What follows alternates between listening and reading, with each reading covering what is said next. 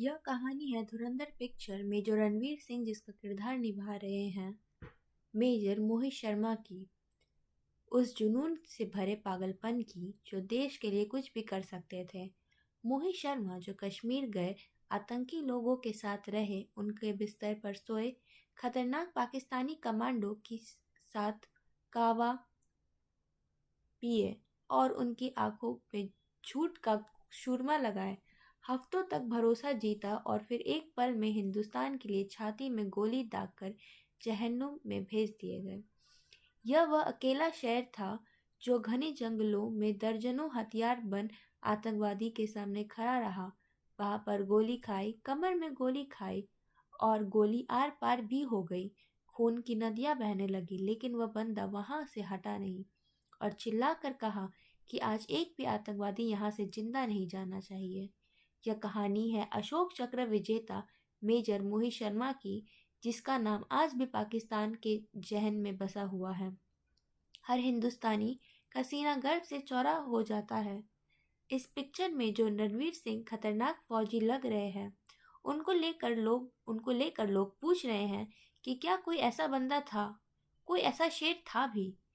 तो आज हम बताने जा रहे हैं कि रणवीर सिंह इसी मेजर मोहित का रोल निभा रहे हैं। उस मोहित शर्मा को फिल्म में दिखाए गए हैं रणवीर सिंह का जो कोई हजार गुना खौफनाक सच था।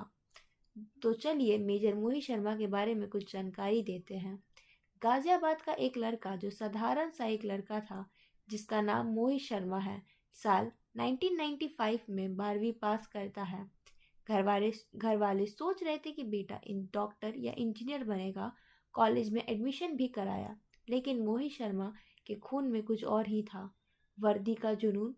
उसने चुपके से एनडीए का फॉर्म भरा, एग्जाम दिया, रिजल्ट आने से पहले ही कॉलेज ज्वाइन भी कर लिया ताकि घर वाले शक ना करें। फिर जब रिजल्ट आया तो माँ बाप ने कहा कि इंजीनियरिंग करो, फौज में कुछ नहीं रखा है, लेकिन मोहित को फौज में ही जाना था। मोहित शर्मा ने एनडीए में पास हो गए, इंटरव्यू देने भोपाल पहुंच गए, इंटरव्यू में भी पास हो गए। फिर वह फॉर्म फोर्स में चले गए। शुरुआती 2 साल मोहित शर्मा के लिए आर्म फोर्स की तरह गुजरे, लेकिन फिर 13 दिसंबर 2001 ने सब कुछ बदल दिया। उस समय संसद पर हमला हुआ था, जवाब में ऑपरेशन पराक्रम था। यहाँ पर मोहित ऑपरेशन पराक्रम को देखकर पागल हो गए। वह अप्लाई भी किए, लेकिन रिजेक्ट हो गए थे। लेकिन वह फिर हार नहीं माने। 2 साल बाद फिर से अप्लाई किए और पास हो गए। शेर को जंगल मिल गया। तभी 2004 में कश्मीर का बुलावा आ गया। उस वक्त घाटी में एसवल मुजाहिदीन का आतंक चरम पर था। सारे बड़े हमले 2 नाम आते थे, अब्बू तोरारा और अब्बू सब्जा। सेना को उनकी ठिकानों की खबर थी, मगर एक झटके में मारना बेवकूफ़ी थी। ये दोनों नेटवर्क पाकिस्तान की धड़कन थी। फैसला हुआ कि कोई हिंदुस्तानी फौज अंडर कवर बनकर जाएगा, दोस्त बनकर जाएगा, सारी जानकारी निकालेगा, फिर हमला करेगा। यह खतरनाक से भी ज़्यादा खतरनाक काम था। यह मानो कि मौत के मुंह में जाना था। यह खतरनाक काम मेजर मोहित शर्मा ने कहा कि मैं संभाल लूंगा।